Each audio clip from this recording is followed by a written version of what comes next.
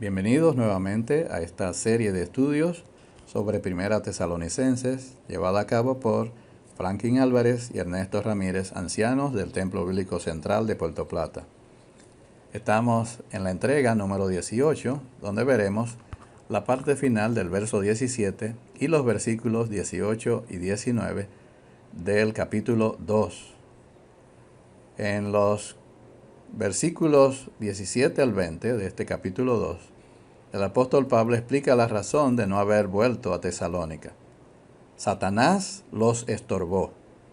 Mas, aunque el apóstol no pudiera ir a visitarlos aún, y aunque nunca pudiese ir, como de hecho ocurrió, sin embargo, estaba presente en él la esperanza gloriosa del regreso de nuestro Señor Jesucristo, donde ya nada impedirá que Él se gloríe de sus apreciados hermanos. Hemos estado viendo en el verso 17 cómo Pablo pone de manifiesto su dolor por esta separación de la relación personal con ellos. Lo primero que pone en claro es que la separación era por poco tiempo y solo física. Su afectuoso interés en ellos nunca menguó. Aunque estaban fuera de la vista, no estaban fuera de su mente. Separados de vista, pero no de corazón. Continuamos con la frase final del versículo 17 de este capítulo 2, en donde Pablo expresa su gran deseo. Dice él al final del versículo 17, tanto más procuramos con mucho deseo ver vuestros rostros. Tanto más procuramos. El término traducido procuramos proviene del griego espoudazo y transmite este término la idea de apresurarse a hacer algo con la implicación de la energía asociada con ello o con un intenso esfuerzo y motivación. Sugiere concentración celosa y esfuerzo diligente, el mejor esfuerzo que uno pueda poner en algo. Significa ser concienzudo, celoso y sincero en el cumplimiento de un deber u obligación. Ver vuestros rostros.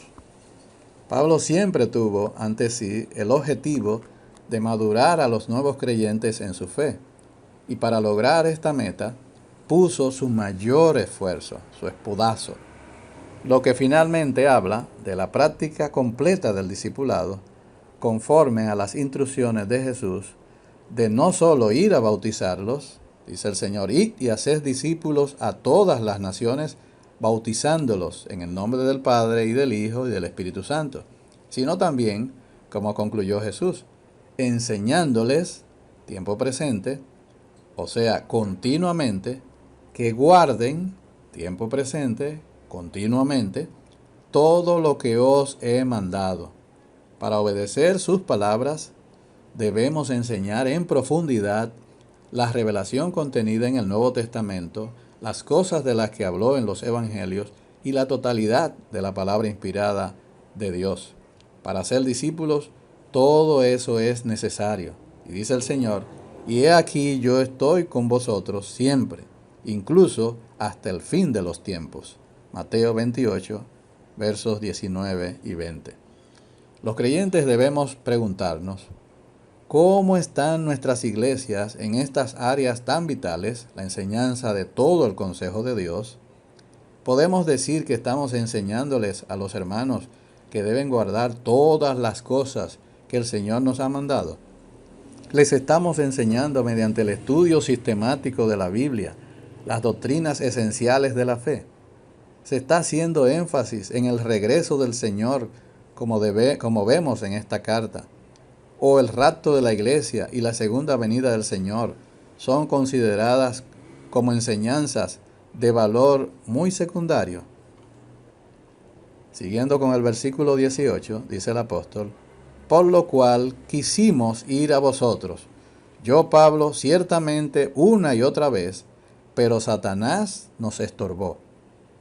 Uno podría preguntarse, ¿cómo Satanás estorbó a Pablo? Recordemos que Satanás es el príncipe del poder del aire y es el espíritu que ahora opera, aquí está el término griego energeo, que significa energizar, en los hijos de desobediencia. es decir, en todos los incrédulos. Efesios capítulo 2, versículo 2.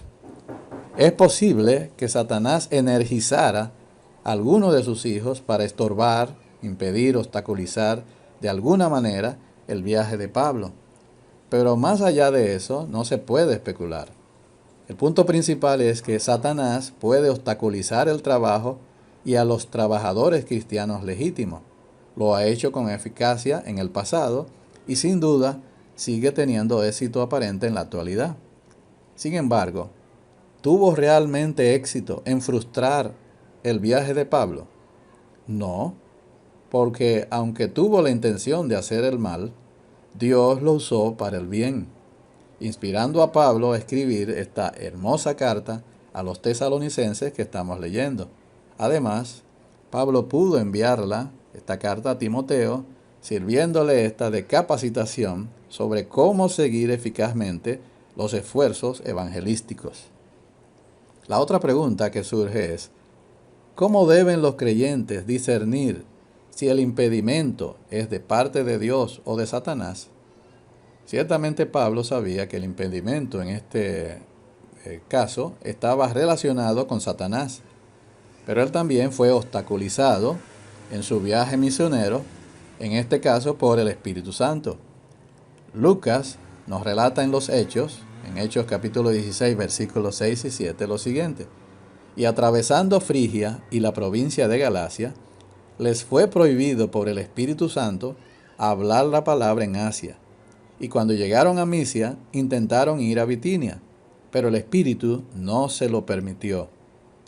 Con mucha frecuencia vemos a cristianos atribuirle cosas de Dios a Satanás y viceversa. ¿Cómo podemos juzgar correctamente? La opinión de William MacDonald nos parece bastante correcta, y cito: ¿cómo podemos saber cuándo es el Espíritu y cuándo es el diablo el que estorba? Quizás un modo sea este: cuando sabemos que estamos en la voluntad de Dios, cualquier estorbo que surja no es obra del Espíritu, sino del diablo. Asimismo, es siempre de esperar que Satanás busque estorbar cuando Dios está bendiciendo. Pero Dios siempre predomina sobre la oposición de Satanás. En este caso, la imposibilidad de que Pablo pudiese ir a Tesalónica tuvo como resultado la redacción de esta carta. Esta carta, a su vez, ha redundado para la gloria de Dios y para nuestra bendición, decía este hermano. Continuando en el versículo 19, dice el apóstol Pablo: porque ¿cuál es nuestra esperanza, o gozo, o corona de que me gloríe? ¿No lo sois vosotros delante de nuestro Señor Jesucristo en su venida? ¿Cuál es nuestra esperanza?, pregunta el apóstol Pablo. El periódico Hoy, de nuestro país, del día 15 de abril del 2020, tiene como titular la siguiente noticia: FMI, o sea, Fondo Monetario Internacional, dice: mundo enfrenta la peor crisis en un siglo. Y dice en su interior este artículo: la peor crisis en prácticamente un siglo se cierne sobre el mundo como consecuencia del coronavirus, que además de 1.8 millones de afectados y más de 117,000 muertos, amenaza gravemente la estabilidad del sistema financiero. El Fondo Monetario Internacional considera muy probable que la economía global experimente la peor recesión desde la Gran Depresión de los años 30 y que se supere la crisis financiera global de hace una década. Este es un panorama verdaderamente sombrío. Pero, ¿cuál es la esperanza del cristiano? La palabra esperanza en la Biblia viene del griego elpis. En la Escritura, esperanza no tiene la significación mundana de algo que puede ocurrir, con raras excepciones, o no, sino que es una certeza absoluta del bien futuro. La esperanza es la espera de algo con alguna razón para confiar en su cumplimiento. El mundo antiguo generalmente no consideraba la esperanza como una virtud, sino simplemente como una ilusión temporal. Los historiadores nos dicen que una gran nube de desesperanza cubría el mundo antiguo. Las filosofías estaban vacías, las tradiciones estaban desapareciendo, las religiones no tenían poder para ayudar a los hombres a enfrentar la vida o la muerte. La gente anhelaba perforar el velo de la muerte y recibir algún mensaje de esperanza del otro lado, pero no hay nada fuera de Cristo. Marvin Vincent escribe que esperanza, en el griego clásico, tenía el significado general de una expectativa relacionada tanto con el mal como con el bien.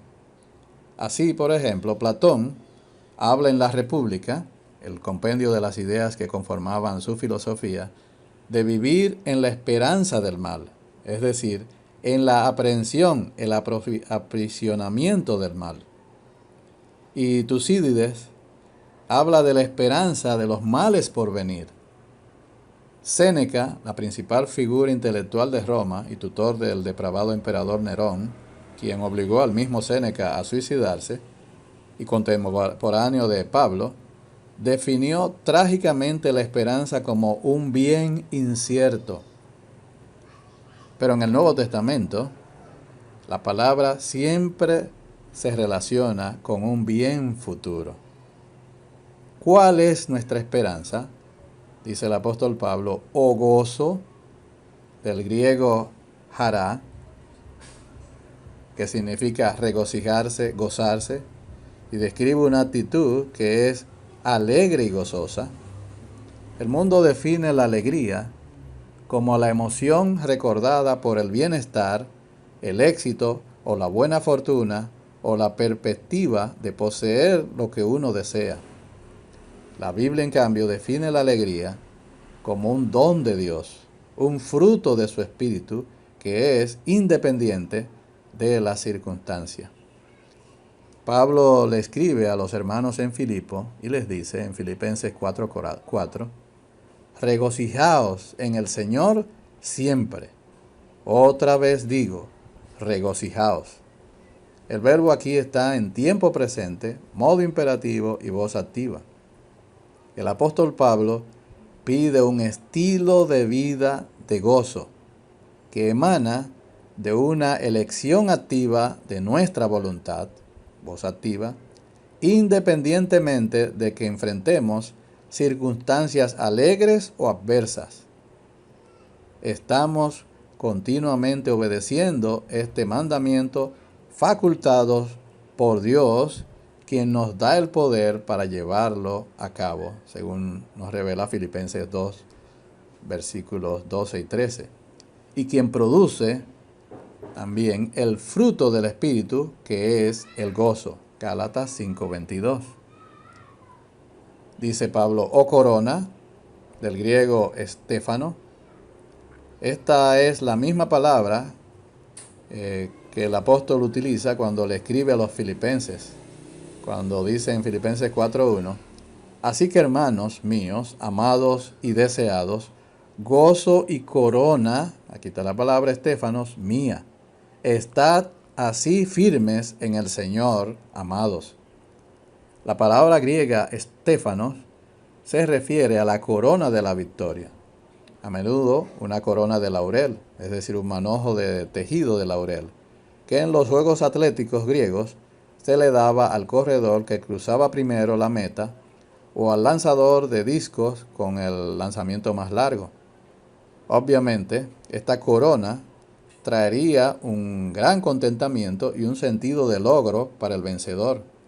Pero estos sentimientos se desvanecerían, ya que la corona de laurel ya había comenzado a marchitarse desde el mismo momento en que fue arrancada del árbol. ¡Qué contraste con la corona de la que Pablo se regocija! Los creyentes de Tesalónica eran su corona, que era una fuente de inconmensurable alegría y un sentido justificable de logro. de que me gloríe, dice el apóstol Pablo. Y gloria viene del griego kaúgesis. Es el acto de gloriarse. Puede traducirse como satisfacción, literalmente como jactancia. Esta palabra puede utilizarse en el mal o en el buen sentido. Aquí el apóstol la utiliza en el buen sentido. Es una jactancia u orgullo santo.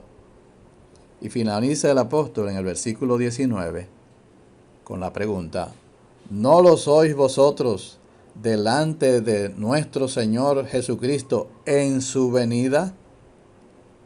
Los tesalonicenses eran una corona de gozo de la cual Pablo podría jactarse justamente en el día de Cristo.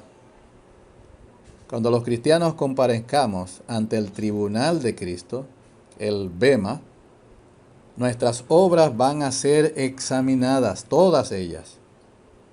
Allí, como dice el apóstol, cada uno recibirá según lo que haya hecho mientras estaba en el cuerpo, sea bueno o sea malo, 2 Corintios 5:10. Se otorgará recompensa siempre y cuando esas obras muestren que son indestructibles por la prueba del fuego. En el Nuevo Testamento se mencionan 5 recompensas. La primera, una corona incorruptible para aquellos que obtengan dominio sobre el viejo hombre. Dice en 1 Corintios 9:25. Todo aquel que lucha, de todo se abstiene. Ellos a la verdad para recibir una corona corruptible, pero nosotros una incorruptible. Segundo, una corona de vida para aquellos que resisten las pruebas. Santiago 1:12. Bienaventurado el varón que soporta la tentación, porque cuando haya resistido la prueba, recibirá la corona de vida que Dios ha prometido a los que le aman. Tercero, una corona de justicia para los que aman su venida. 2 Timoteo 4:8. Por lo demás, me está guardada la corona de justicia, la cual me dará el Señor, juez justo, en aquel día, y no solo a mí, sino también a todos los que aman su venida. Cuarto, una corona de gloria, por la disposición a apacentar la grey de Dios. 1 de Pedro 5:4. Y cuando aparezca el príncipe de los pastores, vosotros recibiréis la corona incorruptible de gloria. Y quinto, una corona de gozo para los ganadores de alma, como es el caso del apóstol Pablo también en este versículo. Queridos hermanos, preguntamos, ¿has pensado alguna vez que tendrás que comparecer ante el tribunal de Cristo? No para saber si vas al cielo, porque una vez pusiste tu fe en el Señor, ya fuiste librado de la condenación, sino para examinar todas tus obras. ¿Eres un ganador de almas? ¿Has logrado dominar al viejo hombre? ¿Resistes la prueba? ¿Amas su venida? Y hermanos ancianos, en los cuales estamos también nosotros, estamos apacentando, es decir, cuidando, alimentando, guiando con la palabra de Dios a la grey que le corresponde, que le pertenece a Dios. Se nos ha terminado el tiempo, así que, apreciados hermanos y amigos, si los hay, Dios mediante, estaremos en nuestra próxima entrega hablando de la venida tan esperada de nuestro Señor Jesucristo. Que Dios les bendiga.